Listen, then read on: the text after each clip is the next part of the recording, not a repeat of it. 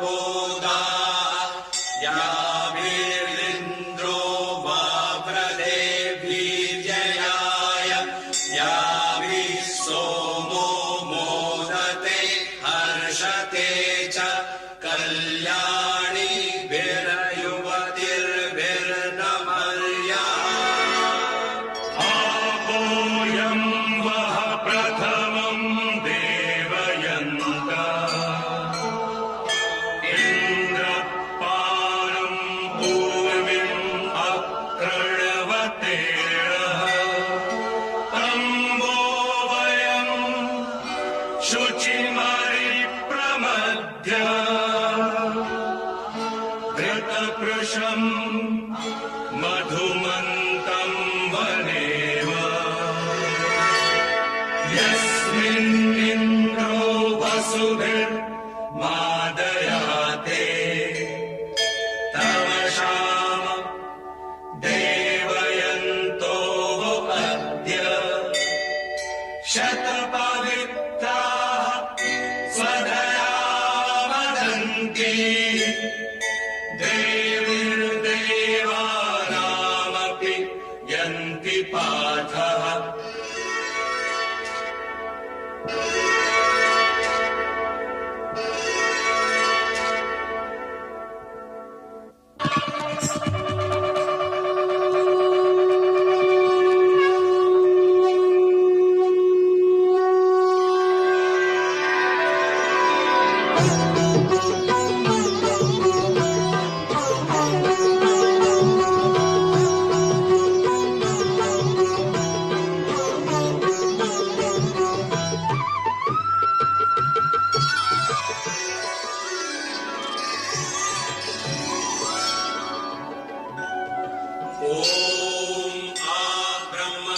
ब्राह्मणो ब्रह्मवर्चसी जायतां महाराष्ट्रे राजन्यः शूर ईशव्योति व्याधि महारथो जायतां सभेयो युवास्य यजमानस्य वीरो जायतां निगामे निगामे नः पर्जन्यो वर्षतु फलवत्यो न ओषधयः पच्यन्तां योगक्षेमो नः कल्पताम्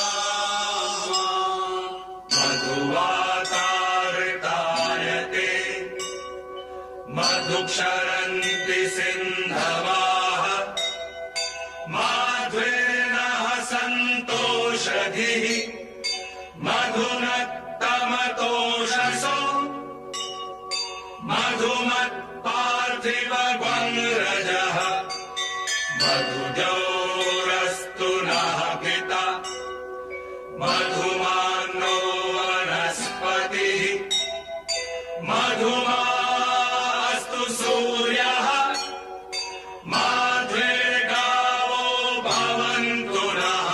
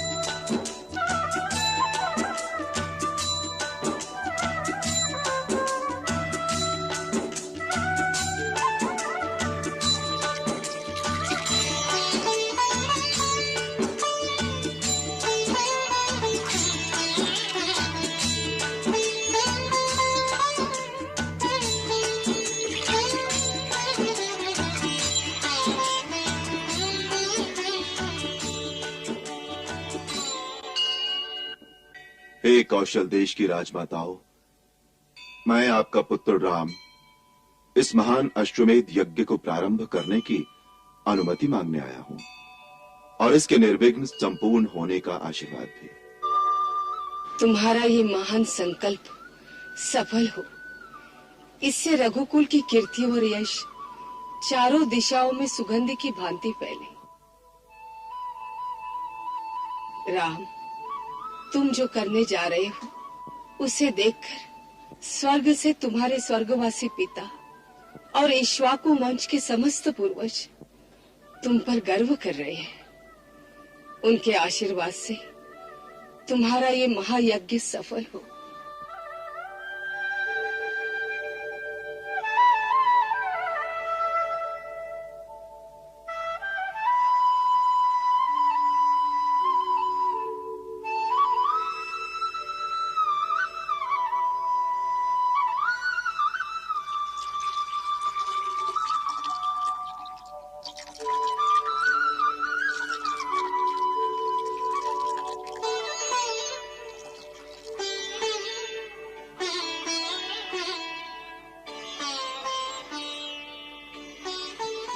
हे धर्मपिता, मैं महाराज दशरथ का पुत्र राम अश्वमेध यज्ञ को प्रारंभ करने की आज्ञा मांगता हूं।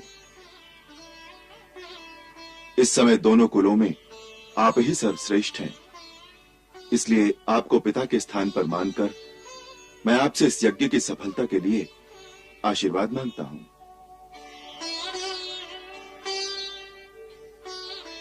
हमारे महान पूर्वज महाराज मिथि ने जो विदेह जनकों की परंपरा स्थापित की थी, उसी परंपरा में स्थित महाराज हर्षवलोमा का पुत्र मैं सिद्धध्वज नाम का विदेह जनक तुम्हारे इस महान यज्ञ के लिए तुम्हें अपनी आत्मा से आशीर्वाद देता हूं कि समस्त देवता तुम्हारे इस धर्म कार्य में तुम्हारी सहायता करें।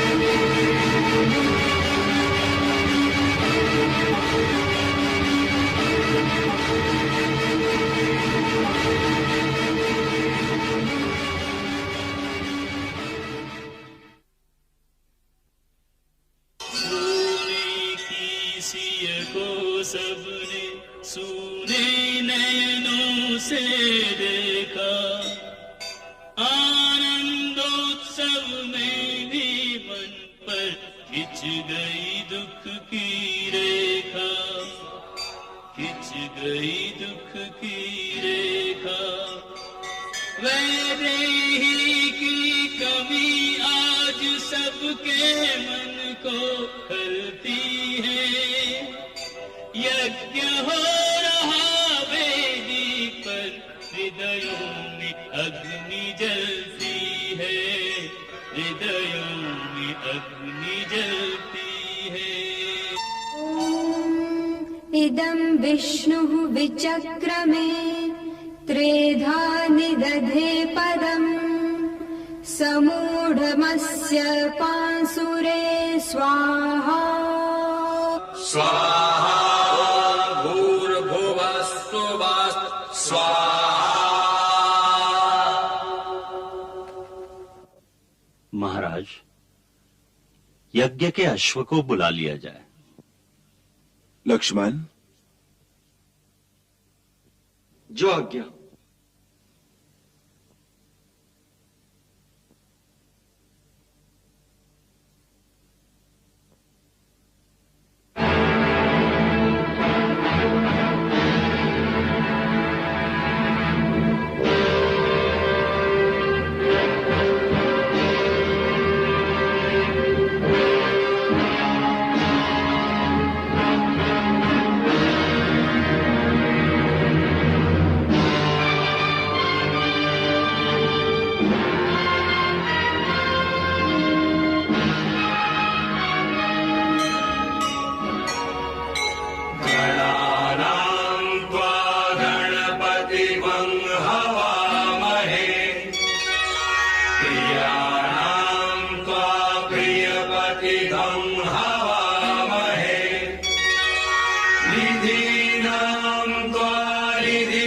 त्वं हवामहे अहं जानिगर्भः हे यज्ञ के महान अश्व, तुम चारों दिशाओं में रघुकुल का यश फैलाओ और दिग्विजय प्राप्त करो।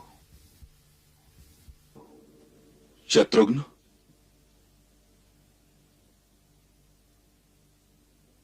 तुम अपनी सेना के साथ इस यज्ञ के अश्व की रक्षा के लिए इसके पीछे पीछे चलोगे। यह पुण्यात्मा अश्व स्वेच्छा से जिधर भी जाना चाहे इसे जाने देना। मार्ग में इसके मस्तक पर लिखी चुनौती को पढ़कर यदि कोई इसे रोके या पकड़े तो तुम्हें उससे युद्ध करके इस अश्व को स्वतंत्र कराना होगा। देखो, रघुकुल में हारने की रीत नहीं है, इसलिए मेरे सामने विजयी होकर ही आना। तुम्हारे लौटने तक यह यज्ञ पूजा नित्य प्रति चलेगी और इस दिग्विजय अश्व के लौटने के पश्चात ही इस यज्ञ की पूर्णाहुति होगी। सूर्य वंश की कीर्ति पताका अब तुम्हारे हाथ में है, यह झुकने न पाए।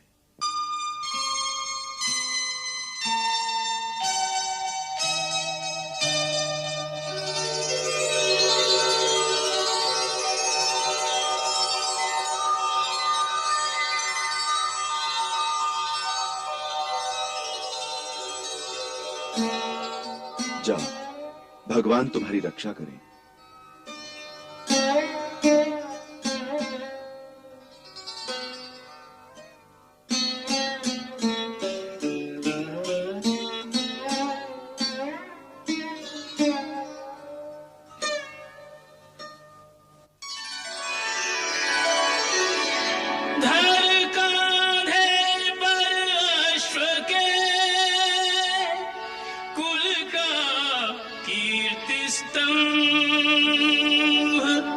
अश्वमेध का राम ने किया यज्ञ प्रारंभ।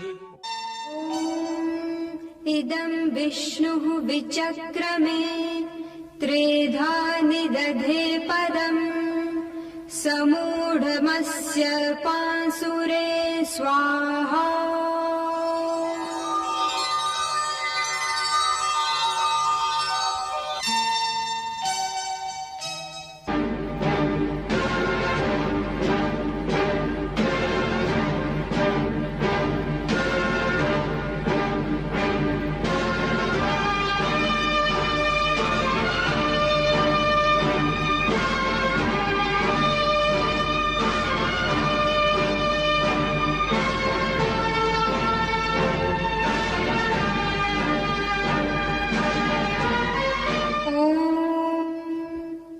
विष्णुः कर्माणि पश्यत यतो व्रतानि पस्पशे इन्द्रस्य युज्यः सखा स्वाहा।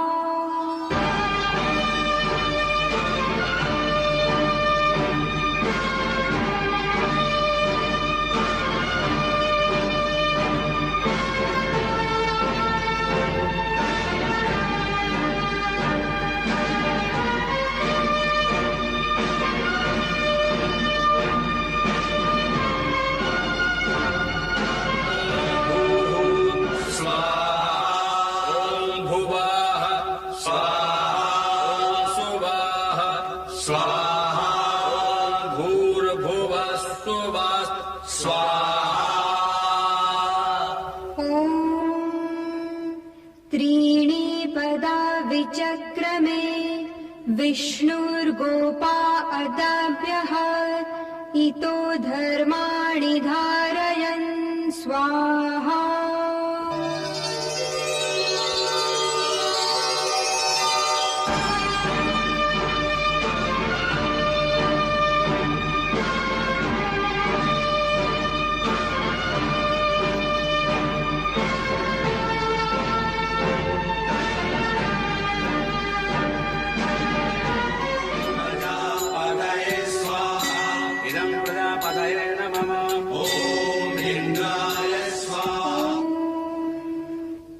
विष्णुः कर्माणि पश्यत यतो व्रतानि पस्पशे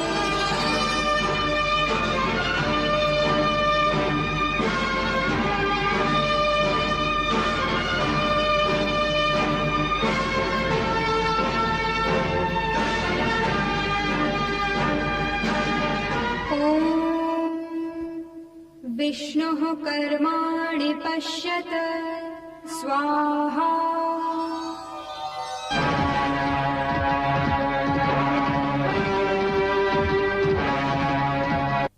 महाराज की जय हो।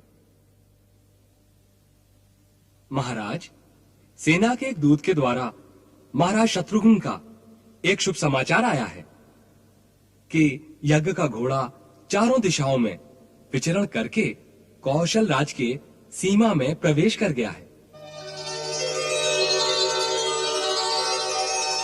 अवश्य ही कुछ ही दिनों में महाराज शत्रुघ्न आपके श्री चरणों में उपस्थित हो जाएंगे। अति शुभ समाचार है। गुरुदेव को इसकी सूचना दी जाए। जो आज्ञा महाराज।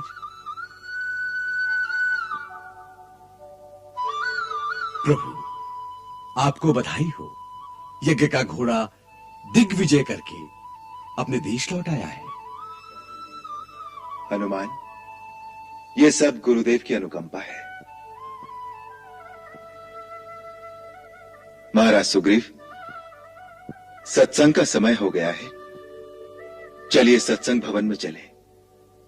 आज रात गुरुदेव आत्मा और परमात्मा के संबंध पर प्रवचन करेंगे। चलिए, ऐसा सत्संग तो बड़ा दुर्लभ है। दिन में यज्ञ और रात्रि के समय धर्म की चर्चा।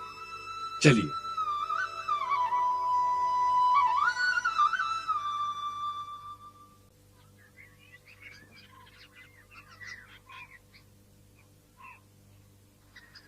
महाराज की जय हो। आज रात यहीं छावनी डाल दी है। प्रातः यदि शीघ्र प्रस्थान किया जाए तो सायंकाल तक अयोध्या पहुंच सकते हैं। अयोध्या? आपने अयोध्या का नाम लेकर जैसे कानों में अमृत रस घोल दिया है। कितनी मोहनी है इस नाम में। जी चाहता है पंख लगाकर अभी वहां पहुंच जाऊं। वाल्मीकि आश्रम यहाँ निकट ही है। अब तो अयोध्या पहुंच ही गए, ये समझिए। आप थोड़ा विश्राम करें और मैं देखता हूं कि यज्ञ का घोड़ा कहाँ विचर रहा है और सैनिक उसके साथ पहरे पर हैं या नहीं।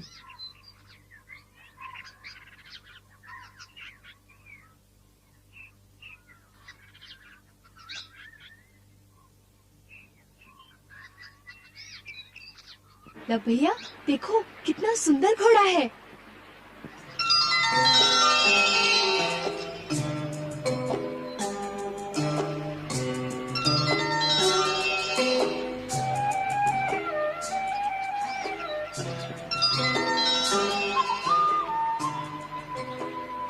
यह तो विचित्र घोड़ा है।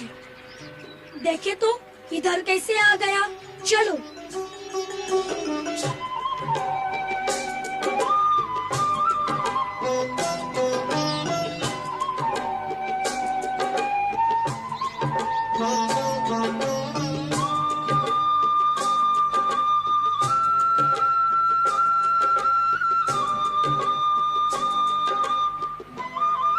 कैसा सजाया हुआ है। इस पर ये छत्र क्यों धरा है? ये तो किसी राजा का लगता है। परंतु राजा क्या इतनी छोटी काठी पर बैठ सकता है? ये राजा के किसी बालक का होगा। परंतु राजा का बालक हमारे आश्रम में क्या करने आया है? देखो देखो लब भैया, इसके मस्तक पर स्वर्ण तालिका है, उस पर कुछ लिखा है। देखो तो क्या लिखा है। राज राजेश्वर छत्रपति महाराज श्री रामचंद्र के अश्वमेध यज्ञ का ये अश्व दिग दिगांतर में स्वतंत्र भ्रमण के लिए छोड़ा गया है। इसके आगे जो नतमस्तक होगा उससे महाराज रामचंद्र की शरण प्राप्ति होगी और जो उसे पकड़ने का दुस्साहस करेगा उसे महाराज रामचंद्र की सेना से युद्ध की चुनौती स्वीकार करनी पड़ेगी।